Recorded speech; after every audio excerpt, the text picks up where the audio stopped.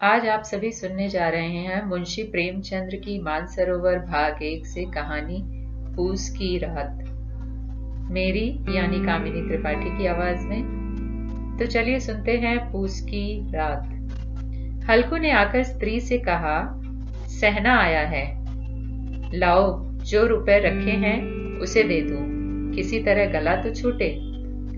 मुन्नी झाड़ू लगा रही थी, पीछे फिरकर बोली, 3 ही तो रुपए हैं, दे दोगे तो कंबल कहां से आवेगा। माघ पूस की रात हार में कैसे कटेगी। उससे कह दो फसल पर दे देंगे, अभी नहीं। हल्कू एक क्षण अनिश्चित दशा में खड़ा रहा। पूस सिर पर आ गया, कंबल के बिना हार में रात को वह किसी तरह सो नहीं सकता, मगर सहना मानेगा नहीं, घुड़कियां जमावेगा, गालियां देगा, बला से जाड़ों में मरेंगे, बला तो सिर से टल जाएगी। यह सोचता हुआ वह अपना भारी भरकम डील लिए हुए, जो उसके नाम को झूठ सिद्ध करता था, स्त्री के समीप आ गया और खुशामद करके बोला, ला दे दे, गला तो छूटे, कंबल के लिए कोई दूसरा उपाय सोचूंगा। मुन्नी उसके पास से दूर हट गई और आंखें तरेरती हुई बोली, कर चुके दूसरा उपाय, जरा सुनो तो कौन उपाय करोगे। कोई खैरात दे देगा कंबल, न जाने कितनी बाकी हैं, जो किसी तरह चुकने ही नहीं आती। मैं कहती हूँ तुम क्यों नहीं खेती छोड़ देते, मर मर काम करो, उपज हो तो बाकी को दे दो। चलो छुट्टी हुई, बाकी चुकाने के लिए ही तो हमारा जन्म हुआ है। पेट के लिए मजूरी करो, ऐसी खेती से बाज आए, मैं रुपए न दूंगी, न दूंगी। हल्कू उदास होकर बोला, तो क्या गाली खाऊं। मुन्नी ने तड़प कर कहा, गाली क्यों देगा, क्या उसका राज है। मगर यह कहने के साथ ही उसकी तनी हुई भौहें ढीली पड़ गईं। हल्कू के उस वाक्य में जो कठोर सत्य था, वह मानो एक भीषण जंतु की भांति उसे घूर रहा था। उसने जाकर आले पर से रुपए निकाले और लाकर हल्कू के हाथ पर रख दिया। फिर बोली, तुम छोड़ दो अब की से खेती, मजूरी में सुख से एक रोटी खाने को तो मिलेगी, किसी की धौंस तो न रहेगी। अच्छी खेती है, मजूरी करके लाओ, वह भी उसी में झोंक दो, उस पर धौंस। हल्कू ने रुपए लिए और इस तरह बाहर चला, मानो अपना हृदय निकाल कर देने जा रहा हो। उसने मजूरी से एक एक पैसा काट काट कर 3 रुपए कंबल के लिए जमा किए थे। वह आज निकले जा रहे थे। एक एक पग के साथ उसका मस्तक अपनी दीनता के भार से दबा जा रहा था। पूस की अंधेरी रात, आकाश पर तारे भी ठिठुरते हुए मालूम होते थे। हल्कू अपने खेत के किनारे ऊख के पत्तों की एक छतरी के नीचे बांस के खटोले पर अपनी पुरानी गाढ़े की चादर ओढ़े पड़ा कांप रहा था। खाट के नीचे उसका संगी कुत्ता जबरा पेट में मुंह डाले सर्दी से कू कू कर रहा था। 2 में से एक को भी नींद न आती थी। हल्कू ने घुटनियों को गर्दन में चिपकाते हुए कहा, क्यों जबरा, जाड़ा लगता है। कहता तो था घर में पुआल पर लेट रह, तो यहाँ क्या लेने आए थे। अब खाओ ठंड, मैं क्या करूं।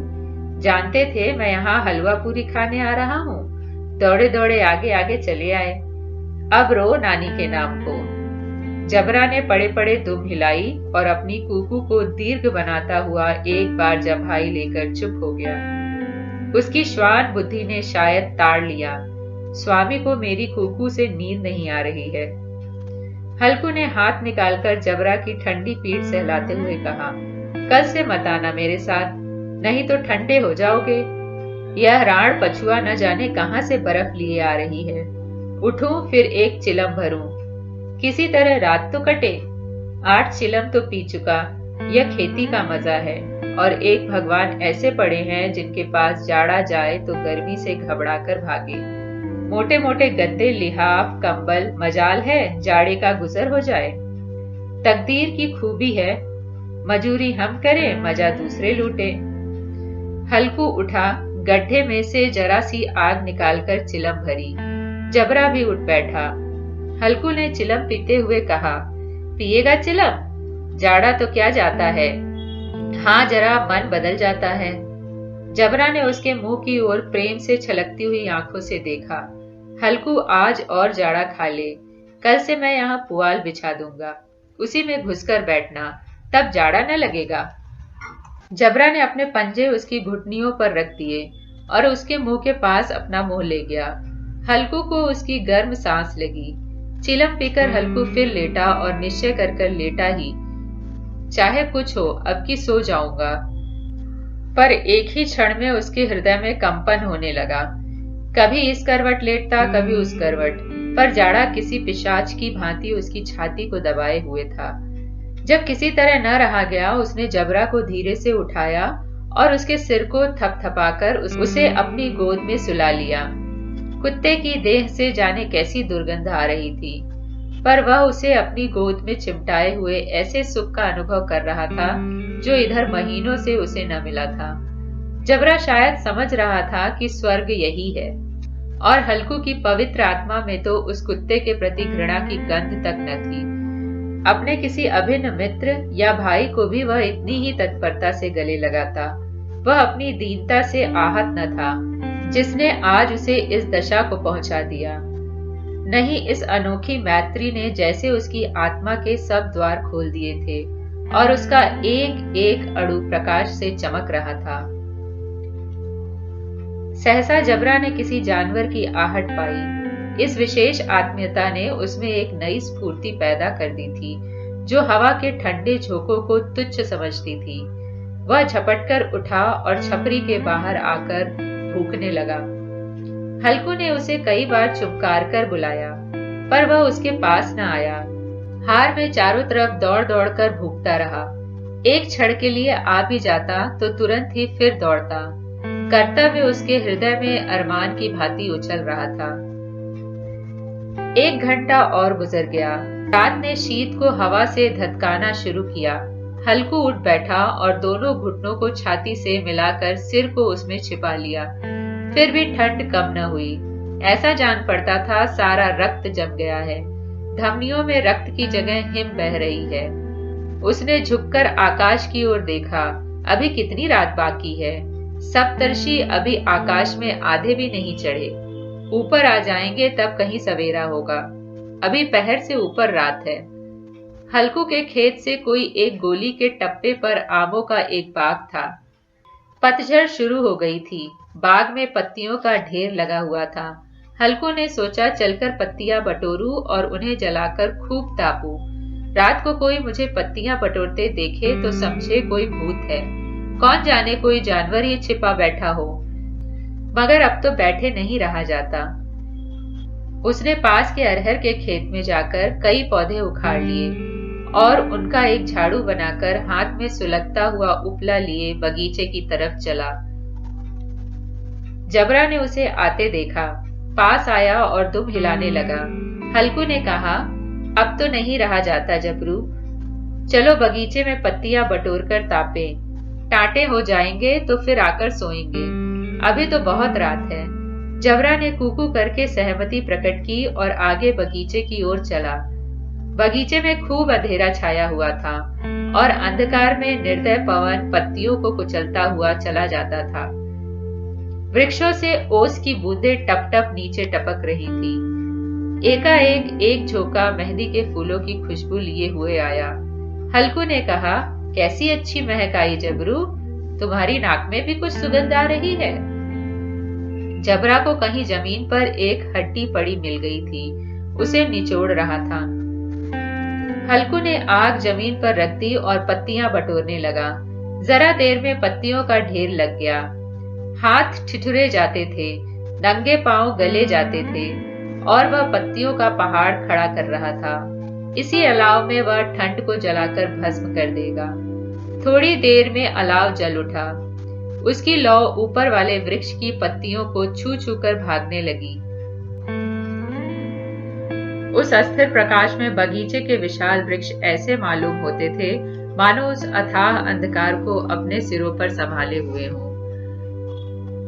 अंधकार के उस आनंद सागर में यह प्रकाश एक नौका के समान हिलता मचलता हुआ जान पड़ता था। हल्कू अलाव के सामने बैठा आग ताप रहा था। एक क्षण में उसने दोहर उतारकर बगल में दबा ली, दोनों पांव फैला दिए, मानो ठंड को ललकार रहा हो। तेरे जी में आए सो कर। ठंड की असीम शक्ति पर विजय पाकर वह विजय गर्व को हृदय में छिपा न सकता था। उसने जबरा से कहा, क्यों जब्बर, अब ठंड नहीं लग रही है? जब्बर ने कूकू करके मानो कहा, अब क्या ठंड लगती ही रहेगी?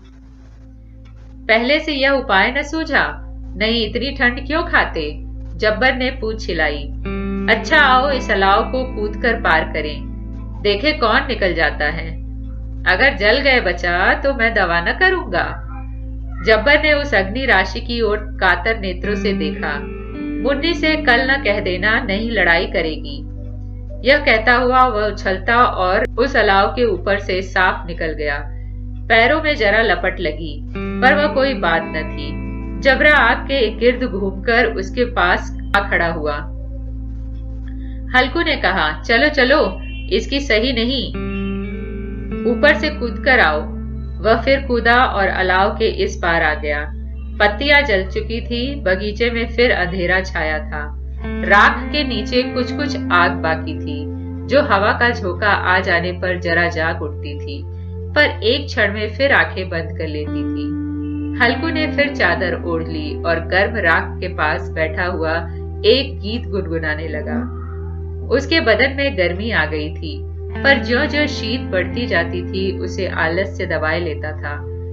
जबरा जोर से भूखकर खेत की ओर भागा। हल्कू को ऐसा मालूम हुआ कि जानवरों का एक झुंड उसके खेत में आया है। शायद नील गायों का झुंड था। उनके कूदने दौड़ने की आवाजें साफ कान में आ रही थी। फिर ऐसा मालूम हुआ कि खेत में चर रही है। उनके चबाने की आवाज चरचर सुनाई देने लगी। उसने दिल में कहा, नहीं, जबरा के होते कोई जानवर खेत में नहीं आ सकता। नोच ही डाले, मुझे भ्रम हो रहा है। कहा, अब तो कुछ नहीं सुनाई देता। मुझे भी कैसा धोखा हुआ। उसने जोर से आवाज लगाई, जबरा, जबरा। जबरा भूखता रहा, उसके पास न आया। फिर खेत के चरे जाने की आहट मिली। अब वह अपने को धोखा न दे सका। उसे अपनी जगह से हिलना जहर लग रहा था। कैसा दंदाया हुआ बैठा था। इस जाड़े पाले में खेत में जाना, जानवरों के पीछे दौड़ना असह्य जान पड़ा। वह अपनी जगह से न हिला। उसने जोर से आवाज लगाई, हिलो, हिलो, हिलो। जबरा फिर भूख उठा। जानवर खेत चर रहे थे। फसल तैयार है। कैसी अच्छी खेती थी, पर ये दुष्ट जानवर उसका सर्वनाश किए डालते हैं। हल्कू पक्का इरादा करके उठा और 2-3 कदम चला, पर एकाएक हवा का ऐसा ठंडा उभने वाला बिच्छू के डंक का सा झोंका लगा कि वह फिर बुझते हुए अलाव के पास आ बैठा और राख को कुरेदता अपनी ठंडी देह को गरमाने लगा। जबरा अपना गला फाड़े डालता था। नील गाय खेत का सफाया किए डालती थी और हल्कू गर्भ राख के पास शांत बैठा हुआ था। अकर्मण्यता ने रस्सियों की भांति उसे चारों तरफ से जकड़ रखा था। उसी राख के पास गर्म जमीन पर वह चादर ओढ़कर सो गया।